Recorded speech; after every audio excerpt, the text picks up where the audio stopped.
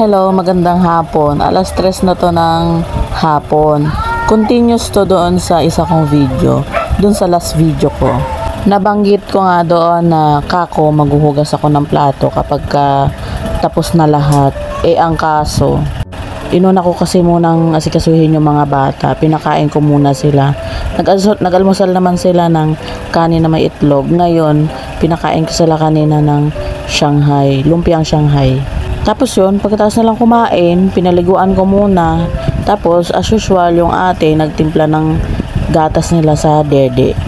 Nakasanayan kasi ng mga bata na may nagbabantay sa kanila habang natutulog. Pag walang nagbabantay, nako, hindi matutulog yan. Tatayo at tatayo yan. Kaya, mas inuna ko muna silang patulogin. Siyempre, pati rin ako nakatulog na rin kasi gawa ng malamig naman din sa kwarto. Kasi, kasalukuyan kasi dito sa kusina, mananghali, parang iihawin. Saktong-sakto, mataba pa naman ako. Wala na, nalechon na tayo Ayan, inabot naman kami ng 2:30. Tapos mga alas 3 na rin ako bumangon kasi tulog pa yung mga bata. 2:30 gising na ako, pero yung mga bata tulog pa. Kaya nung mga bandang alas 3 or mag-aalas 3, nagising na sila at saka ako lumabas. Kasi pag yan sila na ning mata, bitaw nga wala ako. Kumbaga sa pag hindi nila ako nakita sa higaan, pag nagising sila, mag-iiyakan, hindi alam kung ano nangyari, basta iiyak lang sila. Kaya bago ako lumabas, hinihintay ko muna silang gumising ng kanila para paggising nila, nandun ako sa higaan. Tapos yan, tinuloy ko na yung hugas ko kahit na sobrang init. Grabe. Kaya after ko maghugas yan, nakita nyo naman, naliligo ako di ba? Mayroon akong tuwalya sa ulo. So ibig sabihin, naligo ako mga inday o mga dudong. Naliligo din tayo. So yan, niligpit ko na yung mga sinampay.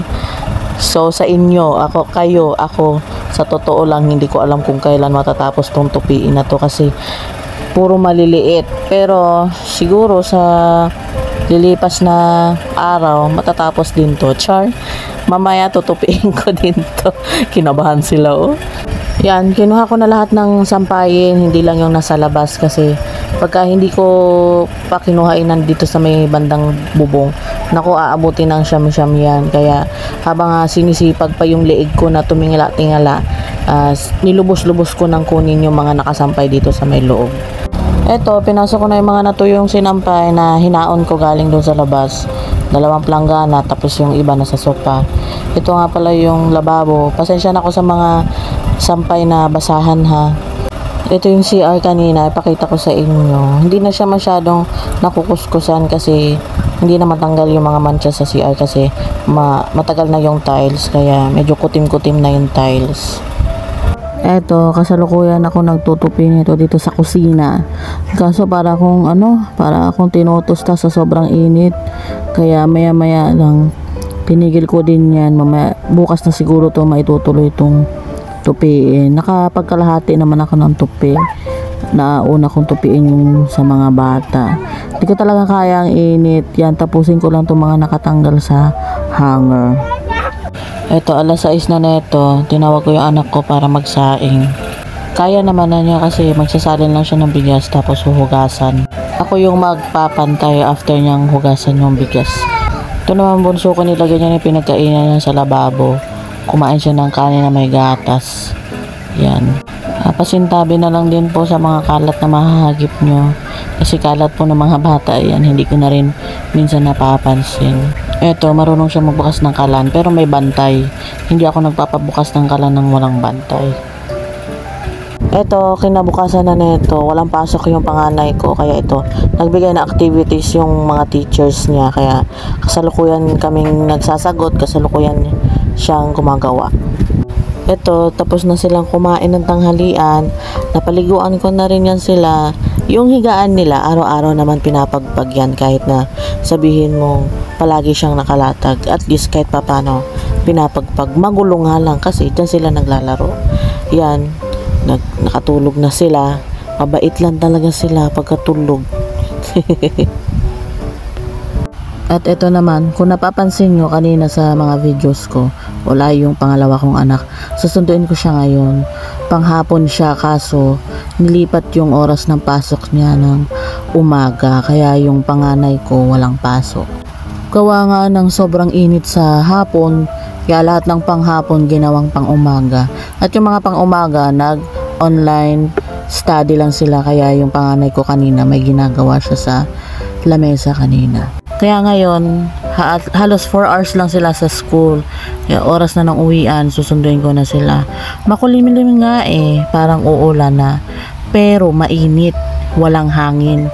Tapos yung singaw ng lupa, sobrang init. Lalo na't yung mga sasakyan na nagsisipag-init ang mga kapag natatabihan mo sila, mainit ang makina, pampadagdag init din. Hindi naman pwedeng hindi ka mag-jacket kasi sobrang init, pero mainit. Tas naka-jacket, di ba? Eto, nakababa na sila, yan tinatawag-tawag ko siya. Hindi niya kasi ako nakita doon sa dati kong pinupwestuhan, kaya dito tinatawag-tawag ko siya. Nakita naman na niya ako niyan. Yan, nakasakay na siya. Kaya ito, paalis na kami niyan. Titingin-tingin kaliwat kanan kasi baka may masagasaan ka sa likod. Nakakainis kasi ang alog ng cellphone. Kaya ako mahihilo kayo sa biyahe ko. Sorry naman.